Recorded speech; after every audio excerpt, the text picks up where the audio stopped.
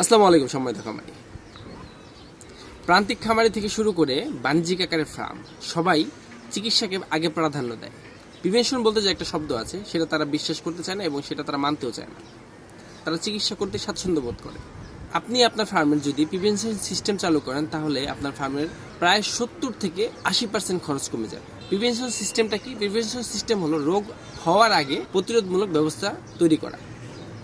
এর জন্য আপনি তাকে নিয়মিত ভ্যাকসিন দিবেন এবং সময় মতো কৃমিনাশক করাবেন। বাংলাদেশে সব থেকে বেশি আক্রমণাত্মক এলএসডি মানে হলো ল্যাম্পি স্কিন ডিজিজ, যেটাকে গ্রামের ভাষায় বলে গোটা রোগ বা গুটি রোগ।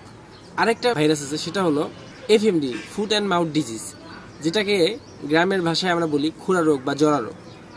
এই দুইটা রোগ বাংলাদেশে সব থেকে বেশি ইফেক্টিভ ভূমিকা পালন করে। অথচ এই ভাইরাসে আক্রান্ত হওয়ার পর যদি আপনি চিকিৎসা করেন তাহলে পার গরু প্রতি আপনার খরচ হবে প্রায় 5 থেকে 8 হাজার টাকা।